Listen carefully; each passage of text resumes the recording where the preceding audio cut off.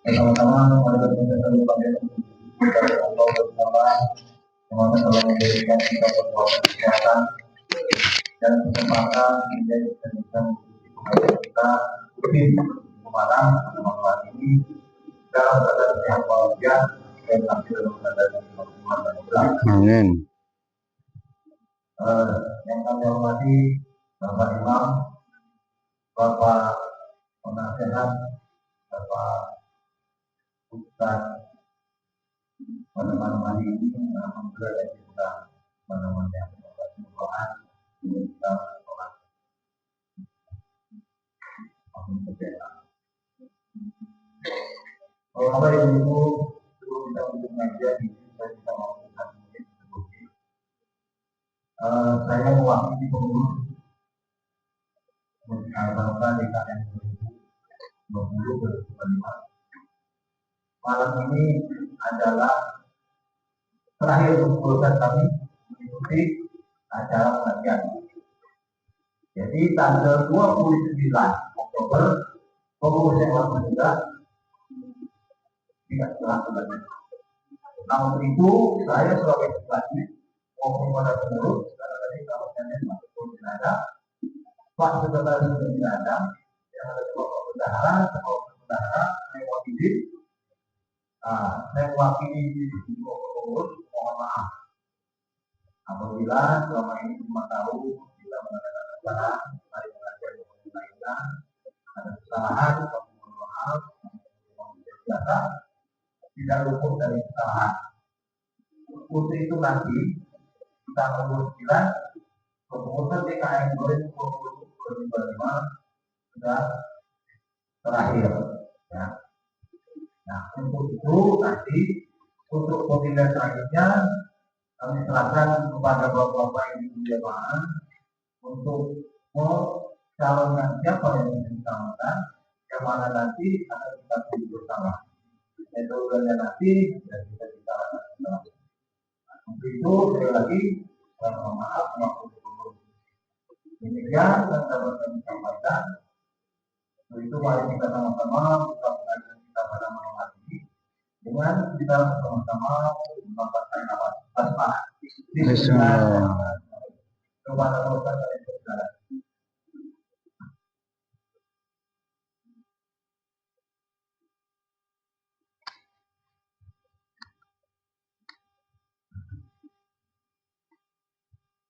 Assalamualaikum warahmatullahi wabarakatuh. Alhamdulillahi rabbil alamin, ar-rahmanir rahim, maliki yaumiddin, walladzi khalaqal insana fi ahsani taqwim. Asyhadu an la ilaha illallah wa asyhadu anna Muhammadan abduhu wa rasuluh la nabiyya ba'da, amma ba'd. Ibu bapak yang saya hormati, kembali kita bersyukur alhamdulillah pada maghrib menjelang isya ini kita sempat hadir dalam rangka kita melaksanakan salat berjamaah. Mudah-mudahan dengan harapan dan doa kita bersama dengan kehadiran kita pada saat ini Allah Subhanahu wa taala tetap melimpahkan rahmat, taufik serta hidayahnya kepada kita semua. Amin. Amin ya rabbal alamin. Salawat dan salam semoga senantiasa tercurahkan pada junjungan kita Nabi besar Muhammadin sallallahu alaihi wasallam. Allahumma shalli ala sayyidina Muhammad wa ala ali sayyidina Muhammad. Ibu bapak yang saya hormati, pada bulan September yang lalu saya tidak bisa datang karena masuk rumah sakit. Sakit lah dua kali tahun ini masuk sakit. Ini kan, jadi tidak sempat hadir. Maka pada malam hari ini kita lanjut kajian kita. Jadi saya beritahu Bapak Ibu, kajian kita masih menyangkut masalah haji. Haji mulai tahun 2026 tidak ada lagi hubungan dengan Kementerian Agama. Jadi kalau cerai itu talak 3. Nah, karena sudah ada Kementerian Haji. Kalau dulu badan, badan itu ternyata tidak diterima di Arab Saudi, maka direvisi undang-undangnya menjadi Kementerian Haji. Nah, kemudian tentang pelaksanaan nanti di daerah, nah kita belum tahu, lah jelas menteri dan wakilnya sudah dilantik, sedangkan kita kakanduilnya belum ada.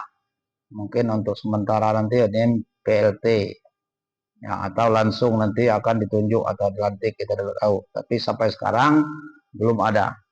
Termasuk kami di Kanduil sampai sekarang kakanduilnya belum ada, masih kosong. Ya, lelamo. Nah, masih kosong siapa yang akan menjadi ini, tidak tahu. Nah, oleh karena itu Bapak Ibu sekalian, teknisnya nanti mungkin kemungkinan ini pegawai-pegawai yang berada di Kanwil Agama yang di bidang haji mungkin nanti akan semuanya akan pindah ke haji. Karena Bapak Ibu sekalian, andai kata dari awal tidak ngambil orang yang bidang haji, nah kita khawatir juga. Berarti kita masih belajar di awal, itu susah. Kemudian di daerah-daerah juga kena ikuti. Nah selanjutnya di KUA, nah kita belum tahu itu bagaimana teknisnya. Kalau selama ini kan haji itu mulai dari KUA, dikelola dari KUA. Kemudian anggaran masalah haji tidak ada lagi pada tahun ini di Kementerian Agama, 0. Nah itu sudah masuk ke Kementerian Haji. Nah, jadi supaya bapak-bapak atau ibu-ibu yang belum pernah mendengar, itu supaya nanti tahu, oh berarti Kementerian Haji atau urusan haji tidak ada kaitan lagi dengan Kementerian Agama. Ada lagi. Nah, itu Bapak Ibu sekarang. Nah, kemudian dengan Kementerian Haji ini Bapak Ibu sekalian, dengan diharapkan nanti ada penyuluh di bidang haji. Itu akan penyuluh bidang haji. Nah, dengan harapan nanti haji ini bukan hanya mau pergi, sehingga kita yang baru pulang atau sudah pulang menunaikan ibadah haji itu akan nanti dikelompokkan lagi, diulang-ulang lagi kajian tentang masalah haji. Nah itu cocok. Kau Bapak Ibu sekalian, kita ini bagi yang sudah haji, insya Allah kita akan membukakan lagi haji yang sudah kita lakukan. Bagi bapak-bapak, ibu-ibu yang belum atau akan berangkat, nah mudah-mudahan ini akan jadi modal, walaupun nanti ada manasik-manasik yang diadakan oleh KBIHU, dulu KBIH. Nah ini kan, nah, KBIHU itu masih ada. Nah, ini itu ibu-ibu sekalian sebagai pemberitahuan. Kemudian yang selanjutnya pada pertemuan bulan Agustus kita sudah membahas tentang talbiyah, kapan itu talbiyah dipakai, kemudian masalah tawaf, sunat-sunat tawaf, kemudian pada hari ini kita akan melanjut masih masalah tawaf, macam-macam tawaf. Nah, jadi Bapak Ibu sekalian, tawaf yang kita lakukan ini ada macam-macamnya, bukan hanya satu saja. Itu tawaf tahu adalah mengelilingi Ka'bah sebanyak 7 kali, itu namanya tawaf. Nah tawaf ini Bapak Ibu sekalian, yang pertama ada yang disebut dengan tawaf rukun. Tawaf rukun haji. Tawaf rukun haji ini Bapak Ibu sekalian disebut dengan tawaf ifadah. Maka hukumnya wajib. Dia termasuk kepada rukun haji. Rukun haji sebagaimana telah kita ketahui ada 6. Pertama niat dengan berpakaian ihram, kemudian wukuf di Arafah, kemudian tawaf ifadah, masuk dia kan, tawaf ifadah, kemudian sa'i, yang selanjutnya adalah tahallul, yang terakhir adalah tertib. Jadi 6. Nah, kalau umroh itu rukunnya hanya 5. Di mana tinggalnya 5, dia tidak ada wukuf. Nah, tapi Bapak Ibu sekalian masih banyak wajib-wajib haji. Maka ada rukun haji, ada namanya wajib haji. Nah, itu bedanya dengan haji dengan umroh. Maka dengan umroh itu ibadahnya lebih ringan dibandingkan dengan ibadah haji. Jadi ibadah haji itu ya sangat berat. Lagi kita mulai di Arafah, kemudian di Musdalifah, kemudian di Mina, melontar jumrah Aqabah, Ula, Wusta, dan seterusnya, itu sangat berat. Nah, beratnya lain itu beratnya jalan kaki. Nah, itu Bapak Ibu sekalian. Nah, ini disebut dengan tawaf rukun, yaitu ya tawaf rukun haji. Disebut dengan tawaf ifadah. Ada tawaf rukun umroh.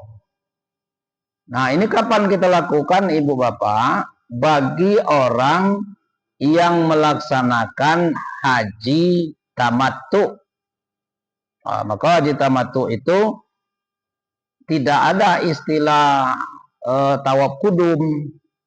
Walaupun masih banyak orang nyebut-nyebut tawaf, kami tawaf kudum. Kalau haji tamattu itu tidak ada tawaf kudum. Jadi haji tamattu itu dia tawaf umroh. Jadi sekaligus dia sa'i, kemudian sekaligus dia tawaf, sa'i, kemudian tahallul, kemudian selesai tertib. Selesailah seluruh urusan yang menyangkut tentang larangan haji. Maka antara haji dengan umroh itu terpisah. Ya, aturan-aturannya itu terpisah, hukum-hukumnya terpisah. Itu kalau kita melakukan haji tamattu. Nah, inilah haji yang dilakukan oleh mayoritas Indonesia. Apa ada Pak orang Indonesia melaksanakan haji kiron? Bisa. Apa ada Pak orang yang melakukan haji ifrad? Bisa. Tapi tidak banyak. Mayoritas seluruh jemaah kita yang koordinir oleh pemerintah itu semuanya melaksanakan haji tamattu. Walaupun ada gelombang 1, ada gelombang 2, itu tidak permasalahan. Ini itu tawaf yang pertama, Ibu Bapak. Jadi ada tawaf wajib, itu baik rukun haji maupun rukun umroh. Kemudian yang kedua ada tawaf kudum. Nah, tawaf kudum tadi. Tawaf kudum ini tawaf orang baru sampai ke Mekah. Tapi bagi orang yang melaksanakan haji ifrad atau haji kiron. Nah, dia tawaf kudum. Ya, tawaf menghormati atau penghormatan ya baru sampai ke Mekah. Kalian melakukan tawaf kudum. Nah, tawaf kudum ini bisa dilakukan dengan sa'i, bisa tidak pakai sa'i. Nah, nanti sebab jarang kita kaji nih yang haji kiron ini. Nah, jarang kita kaji. Kita pasti ngaji kita di KBIHU itu dikaji pasti haji tamattu. Karena itulah yang kita butuhkan kan. Untuk apa kita naro-naro kemana-mana. Banyak kajian mening kepala aja kan. Nah, tapi kajian kita seperti ini perlu kita pahami. Oh, bahwa haji itu ada 3. Ada haji tamattu, ada haji kiron, ada haji ifrad. Nah, apa bedanya ketiga haji ini? Kalau haji tamattu itu mendulukan umroh baru melaksanakan haji.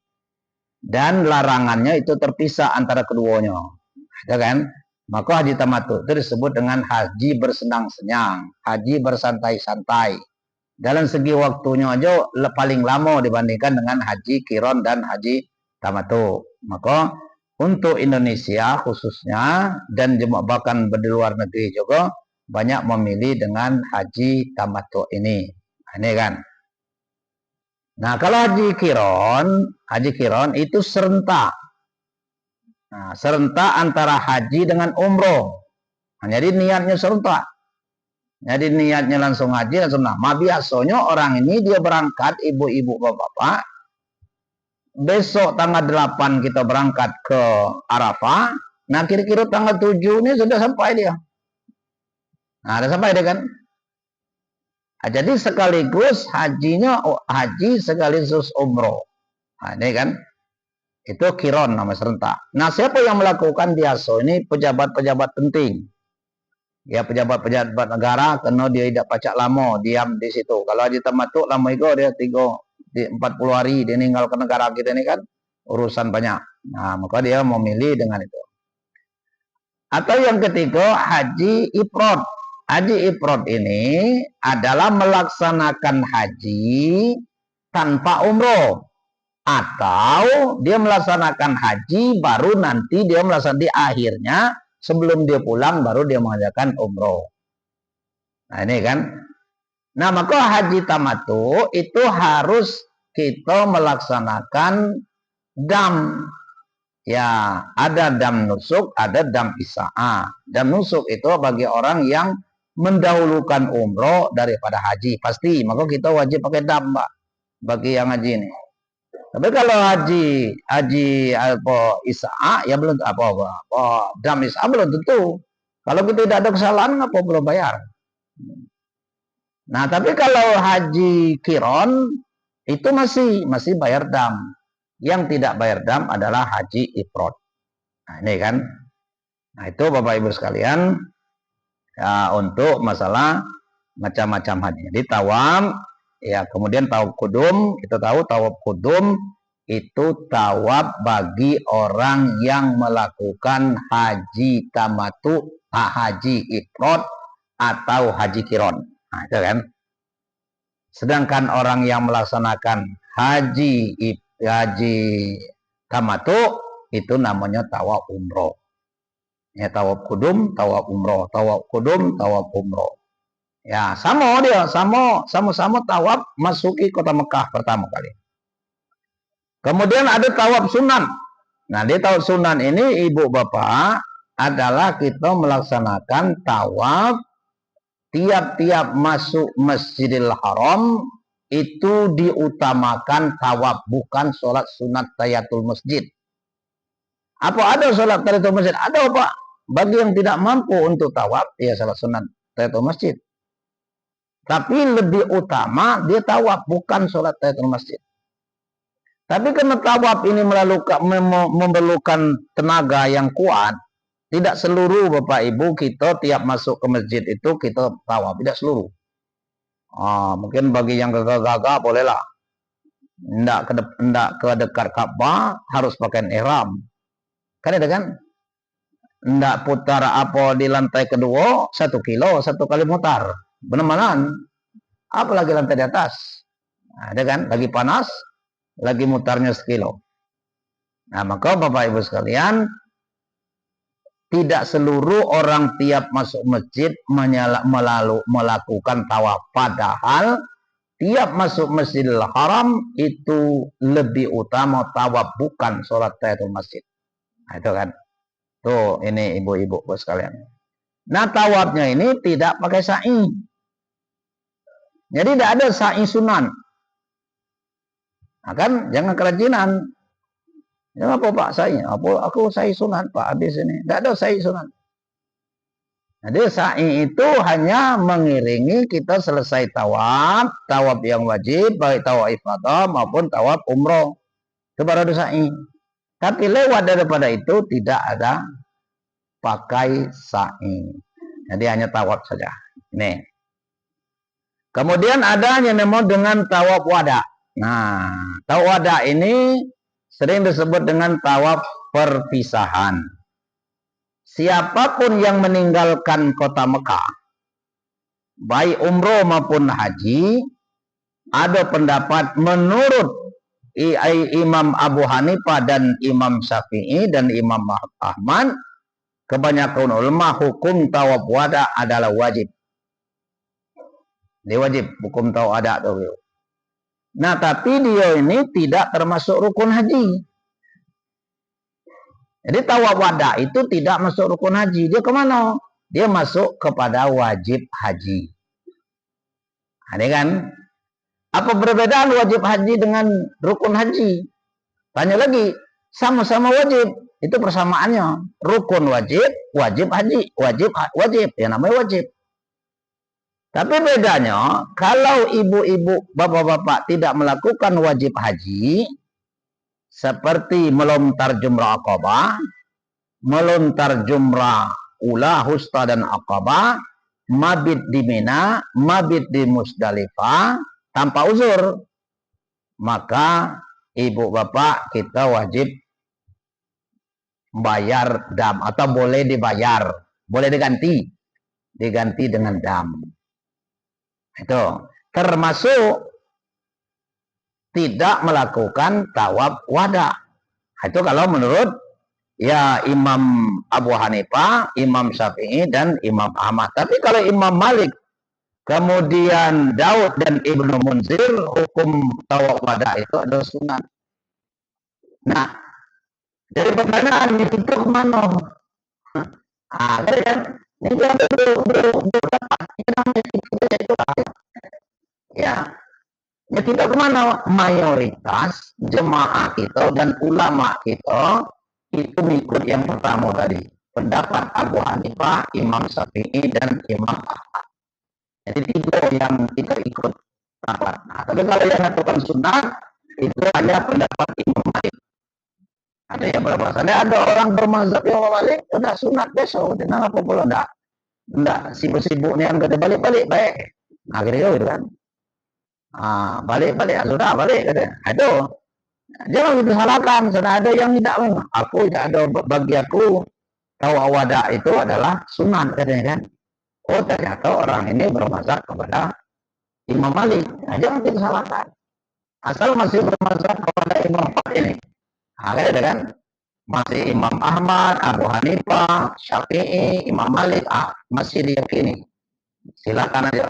Tapi kalau adalah ke imam lain, ya itu entah. Ada kan? Itu Bapak Ibu sekalian. Itu tawaf wada.